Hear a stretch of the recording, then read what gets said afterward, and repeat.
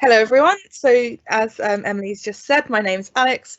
I am the laboratory and aquarium manager at the Marine Biological Association, and I'm really excited to be able to talk to you today about our brand new smart experimental aquariums that we have in our seawater facility. So I'm going to show you a little promotional video that we've had made, and then I'm going to talk to you a little bit more in depth about the facility that we have.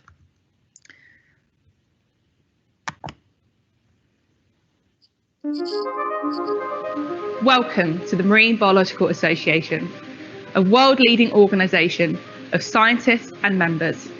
The MBA works as a voice for the ocean.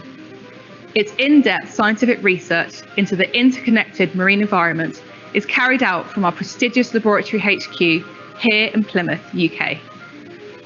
And this is our state-of-the-art smart experimental aquarium, affectionately known as a sea facility, supporting aquatic research and marine businesses.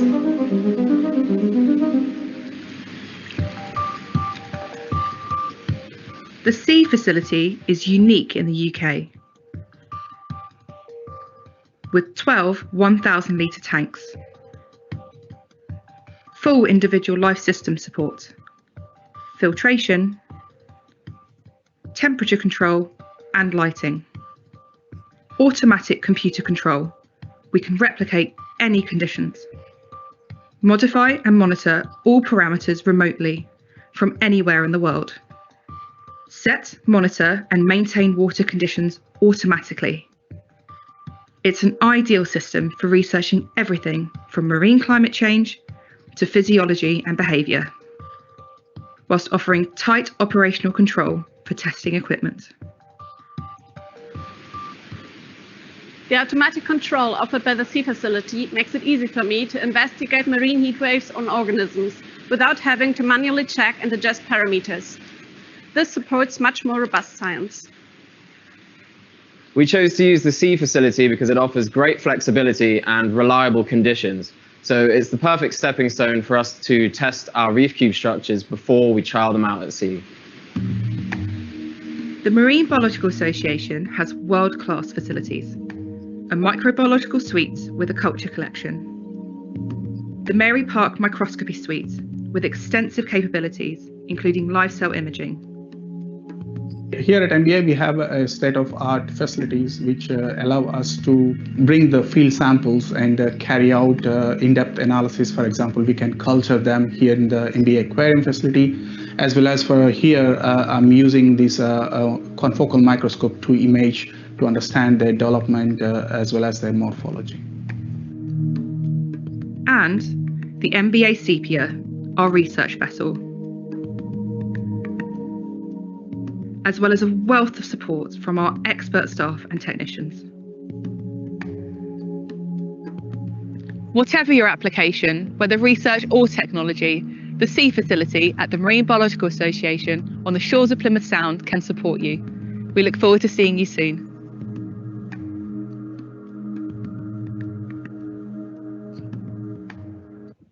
So just to give you a little bit of background for those of you who don't know the MBA particularly well, we have this wonderful laboratory based at Citadel Hill that just overlooks Plymouth Sound right in front of the old Citadel. We are a learned society, so we're made up of an organisation of members, and we're focused on marine biology, and our main aim is to kind of understand the causes and consequences of environmental change in the ocean through kind of discovery and sharing of this knowledge. So we run this fantastic research laboratory. We have a whole host of facilities, as we just heard about, particularly for the support of the aquarium. The MBA Sepia, which is our research vessel, is really, really key. So this is a ship that's able to go out and conduct sampling of kind of anything from kind of benthic to marine fish, all the way kind of out, and we do sort of regular kind of water sampling, algal sampling, as well as long-term monitoring of fish species as well. We have a whole host of cell and molecular laboratories with everything you'd kind of expect to sort of find in those, as well as like this dedicated microscopy suite, which is kind of brand new, sort of recently opened, with some absolutely incredible microscopes, including one which is sort of one of the only ones that sort of works in the world. As well as that, we've got a culture collection, so we have loads of marine algae and fungi. We've got our National Marine Biological Library, which has a whole host of sort of books and journals accessible as well as sort of working space. And we've got this support from all of our kind of staff members. So whether that's sort of technical, people like Kevin that we have, who's our engineer, who can build pretty much anything, to people who are really fantastic at kind of taxonomy and culturing. So we work at the moment in the MBA Research Aquarium. So we have at our base about 350 meters squared of tank rooms, and these are supplied by seawater from Plymouth Sound. We've got a pipeline which goes out about 50 meters out into Plymouth Sound to pump up fresh seawater into our recirculating reservoirs. So these are held underneath our floors, and we have in total about 450,000 litres of seawater. As well as this, we have sort of smaller controlled temperature rooms, as well as a lot of expertise when it comes to things like animal husbandry, breeding, and legislation. We're also covered by the Home Office, so we have an establishment licence, and this allows us to work with species such as fish, elasmobranchs, and cephalopods as well. So on to our smart experimental aquarium, or a sea facility. I've been working on this project more or less for the last kind of 3 years. There's a real strong reason why we wanted a facility that had this kind of capability at the MBA, particularly because it allows us to do a lot of kind of climate change scenarios that aren't really particularly easy to do on our traditional systems. And we were very, very fortunate to get funding through the Marine Business and Technology Centre and European Regional Development Fund to build this new system. So we have in total 12 1,000 litre tanks, and all of them have their own individual life system support. So by that I mean all the kind of standard filtration that you get to keep water kind of clean and clear for whatever you're working in. It means that we can work with the systems on or off our reservoir, so we can have it as constantly flow through, or we can have them completely off system and get really, really tight control over things like temperature. And we can also work with species where we might need some biosecurity measures. And we can also work with various kind of chemicals, nutrients, microplastics, kind of whatever you might need. The real benefit of this system is that it's extremely reliable, and this comes from our computer control that we have on the system. It's really accessible, so you don't need to have a sort of a wealth of knowledge of how to sort of keep aquariums, because the computer system basically does it all for you. So that makes it really, really accessible for a huge range of users, and it's really comprehensive. We can basically do kind of almost whatever you could think of on these systems. So why use smart aquariums? We've always at the MBA had a huge number of different sort of sizes tanks and lots of very, very big tanks. So why use these kind of smart technologies to actually monitor and maintain the sort of water quality? The reason for that, really, from a scientific point of view, is that it's a kind of bridge gap between very sort of small scale laboratory experiments and field studies. So you're able to replicate the variety of conditions very, very tightly in these sort of tanks that you wouldn't necessarily be able to do anywhere else. And it also means that the results we get from these are really robust. We're not going to have fluctuating parameters that would mean that the scientific results would be kind of not as good, and the results are really, really reliable.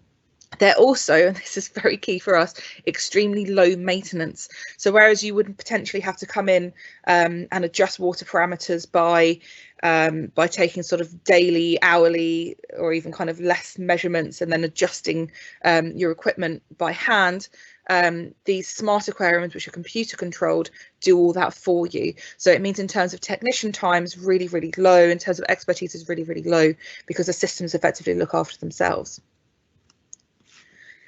So we have, as I said, 12 tanks. These are glass reinforced plastic tanks. They're white and opaque, completely smooth sided. They're really, really easy to maintain. Their overall diameters are around about 1,700 mil long by 1,090 wide, with a depth of just sort of over 900 mil.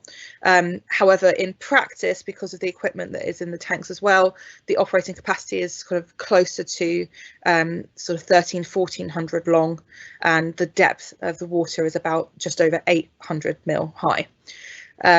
we can basically have these at their full capacity. We can also have it at slightly smaller, and also we can subdivide the tanks as required for kind of sub-samples or for where more kind of individual things want to be sort of put into these. Lighting wise, we at the moment are working with Kessel Tuna Suns. These are fantastic little lights. They're 90 watt, but they're extremely bright, and they have a temperature range of about 6,000 to 9,000 Kelvin. It makes them really appropriate for lots of kind of native marine species that we would have around here, and also for if wanting to keep things like macroalgae or even microalgae alive. This is a really good light temperature for those. For all of our filtration, we've gone really, really high end. So we have Fluval FS6 canister filters. These are really, really decent external filters. They're actually rated for a higher literage than we have, so they keep the water really, really pure and clean. And on top of that, we also have our reef octopus protein skimmers to keep that water as sort of clean as possible if it's not running on the system.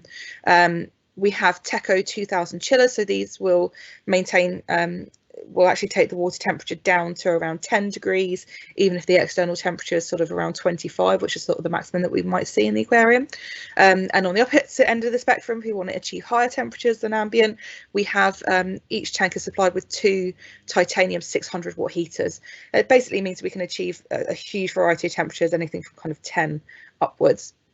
We also have UV filtration on these systems, which means that we keep microalgae in the water low, and also a number of kind of circulating pumps and top-up pumps to maintain kind of salinity levels. But the main kind of star of the show really are these GHL Profilux computer controllers. So these are really fantastic little bits of kit, and they kind of allow you to do a whole host of things. At the moment, to be completely honest, we are not making the most use of these, and we could do a lot more with them depending on different projects that come in. At the moment, they've been supplied with probes, so we constantly measure redox, conductivity, temperature and salinity, and this allows us to automatically control the temperature, the lighting, the salinity, and any kind of like on off of the systems. But we can do so much more. So effectively anything you want to do in terms of, for example, tidal simulation, if you want to have, I mean, it's basically huge. They are really excellent pieces of kit, and we're really happy that we've got them. So as I said, this allows us basically to kind of do anything we need to. It means we can have the tanks all the way from fully fresh to fully saline, or anything in the middle, and we can maintain that that salinity level automatically. We can also adjust it automatically. So if you want to have a ramping up or a ramping down of salinity over a set period of time, the computer's controllers will do that fully automatically. Temperatures, we can achieve anything from as low as 10, and actually in the winter we could probably go a little bit lower than this as well, to kind of tropical and above. So this means in terms of species and equipment testing, we can kind of do whatever you need to do. We can have various flow and lighting patterns. So with our lights that we have in there, we can simulate different kind of diurnal cycles. We can also, by the addition of additional pumps as well, have lots of different kind of flow rates and flow scenarios within those tanks. And like I said, we can also do tidal simulation. We could do that on half the bank of tanks that we've got at the moment, to kind of simulate a natural sort of tide coming in and out. So this allows us to do a lot of kind of natural environmental replicable conditions. So anything that you would get naturally out in the sea here we can do, but it does mean we can do kind of basically everything else as well. And like I said, we can also have these expandable options. So we could do, for example, and these are just some very small examples, automatic pH control, either using a system like a doser, which you can see in the top image here, and adding chemicals into the water to achieve specific pHs, or you can also hook it up to a gas cylinder with solenoid electric valves, and again the computer would completely automatically take over the control of the pH of those systems. You can do the same thing with oxygen levels if you're wanting to look at, for example, hypoxic conditions. Again, this would need just an additional probe and some gas cylinders with some electric valves, and the computer system will completely do that automatically. And we can add nutrient additions with sort of doses and ion directors. We can look at microplastics. We can look at testing various chemicals. If you were, for example, to look at different sort of anti-fouling coatings on any structures, we could do any of that inside these tanks. So just as a little example of things that are kind of going on at the moment or could be going on at the moment, we do equipment testing. For example, at the moment we're testing some electronic tags to make sure that the results that they're giving are accurate to the environmental variables, and for that we've set up a tank system which has temperature ramping up by a degree every day and salinity ramping down by 5% every day, to ensure that that tag is actually giving the correct results. We also have, they're very, very suitable for a variety of animal holding. We're using them at the moment for housing cat sharks. We can use them for benthic species of fish, cuttlefish, any kind of tropical corals, anything like this will be suitable in these systems too, and therefore can also be used for kind of animal behaviour studies. And I said one of the main reasons we design these systems were for climate change scenarios, because we can have full control over pH, temperature, lighting, and not just set parameters, but also we can look at changes over the course of a day, over the course of weeks, or we can ramp things up and take things down in a very, very precise manner. And we can also do things like culturing of macroalgae to look at studies.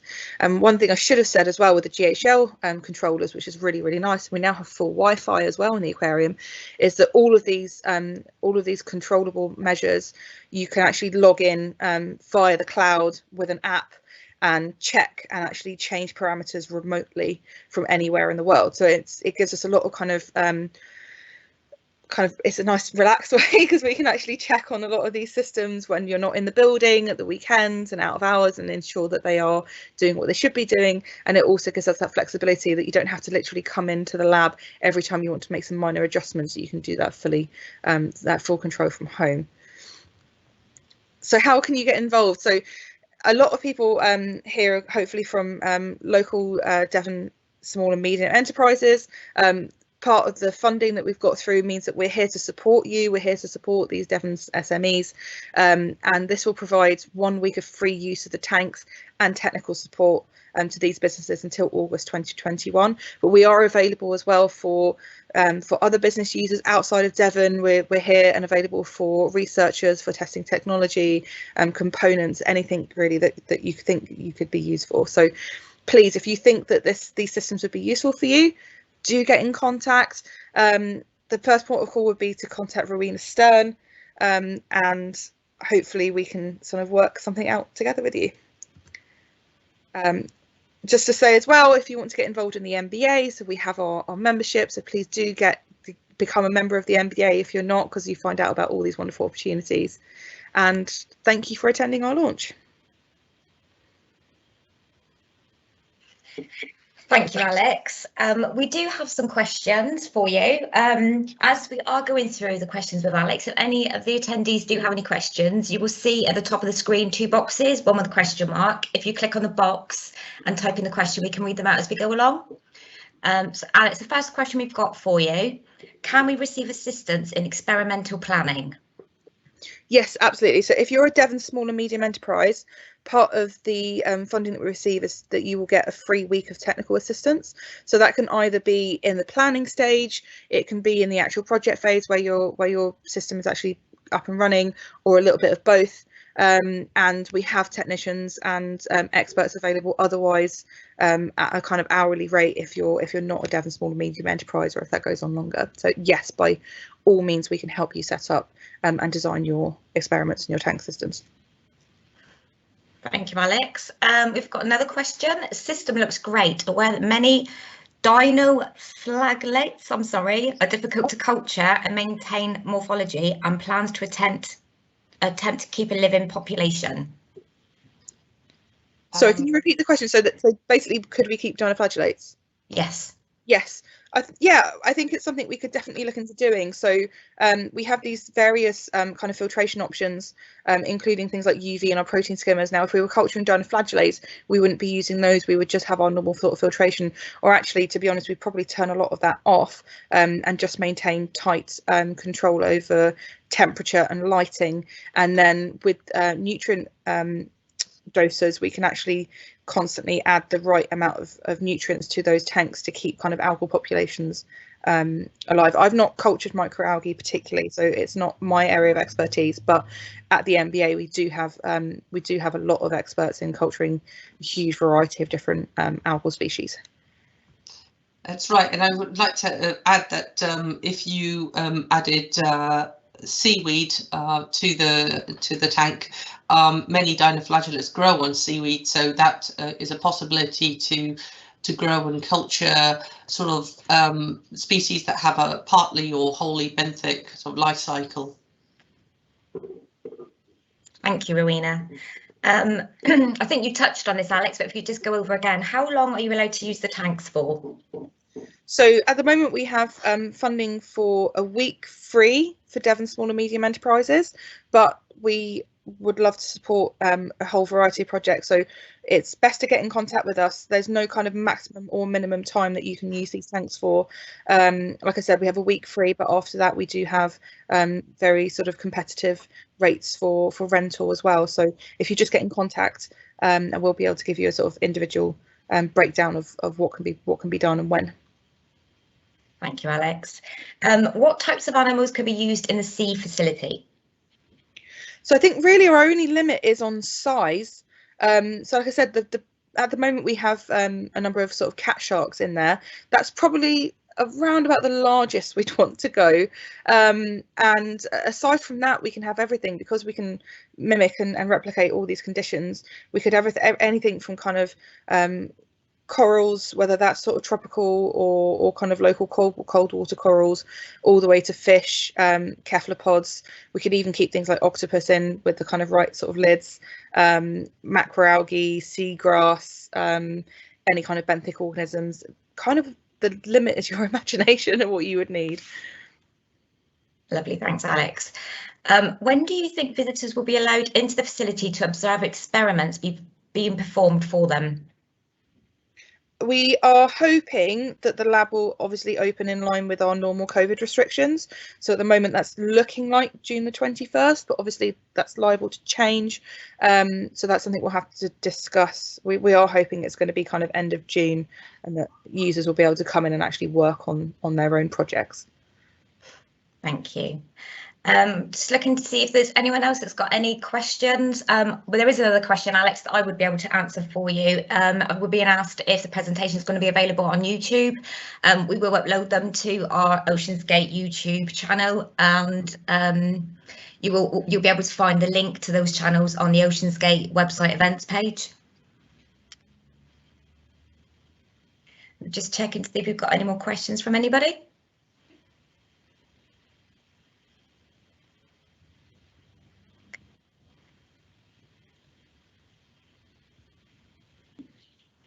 So at this stage, we've got no other questions coming through at the moment. Alex and Rowena, are you happy to take any questions offline if anyone does have any further questions?